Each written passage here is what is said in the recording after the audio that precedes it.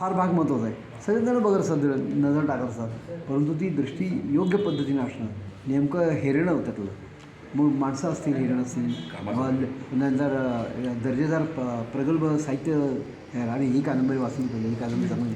तर त्यातली जी लेख आहे ते तुम्हाला खूप बारक आहे. फक्त जरा याच्यामध्ये काय दाखवतं, तुमचा जो ए आहे ना, त्याच्यामध्ये सुद्धा तुमच्या थोडं जरा हे झालं आहे, काय कन्फ्युजन झालं, थोडं कन्फ्युज झालं. तर तो एक लेअर पण जरा आहे त्याच्यापेक्षा मोठा काढा. काय होतं, हे दाखले तुम्हाला अनेकांनी दिले असेल की आपण वाचतो पण आपण की चिंता तुम्ही वाजवीपेक्षा जास्त विचार करता. मला तो भाग आहे, खूप विचार करण्यामध्ये ते होतं. तर चिंता नाही करायची, चिंतन करायचं, बरोबर नाही. तर त्यामुळे तो ए जो आहे ना, तर सगळं काही व्यवस्थित होणार असतं तरीसुद्धा आठवतो येईल ना नीट, आता पोचला असं नीट, मग ट्रॅफिक जाम आहे, अमकं तमकं, म्हणजे शंका काळजी वाटणं वेगळं, परंतु सतत त्याबद्दल विचार असणं आणि हे नसणं. तर त्यामुळे काय होतं, आपला कॉन्फिडन्स जरा कमी व्हायला लागतो त्यामुळे नकळतपणे.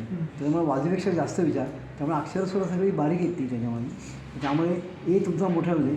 बाकी आणि मात्र एक आहे दुसरं की शक्यतो सदा म्हणजे तुम्ही शांतच असता काय, कधी कोणाच्या अंगावर तुम्ही स्वतःहून जाणार नाही. पण एखादा कोणी जर तुम्हाला काही तिरका बोलला तर त्याचं तुम्ही जागच्या जागी शाब्दिक पोस्टमॉर्टम करा.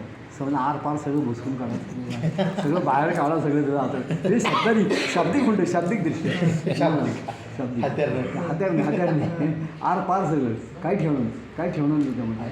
आणि हे विचाराचा प्लॉटसुद्धा तुमचा युनिक आहे, म्हणजे फापट पसारा नाही दाखवत.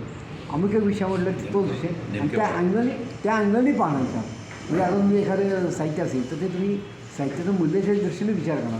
मग इतर त्याचं लोकसाहित्याचा विचार किंवा अशा त्याच्यात आणखी वेगळा हे करणार नाही होतं. म्हणजे पूर्णपणे आधीचे साहित्य म्हटलं साहित्याची मूल्य असतील त्याचा तुम्ही विचार करा.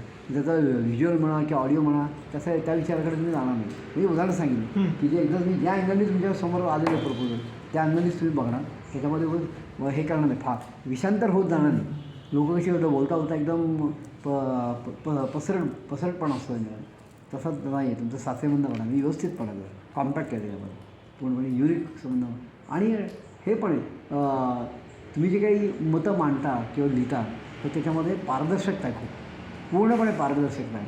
आणि तीसुद्धा कशी आहे, बारकाईने लिहिणं तुम्ही त्याच्यामध्ये. उगाच आता ते काय होतं म्हणून मोबावर होते, पण मी त्याचं नाव नाही घेत, परीक्षित काही जे समीक्षा वगैरे होऊन गेलं त्यामध्ये तुम्ही सजेस्टिव्ह मेथडनी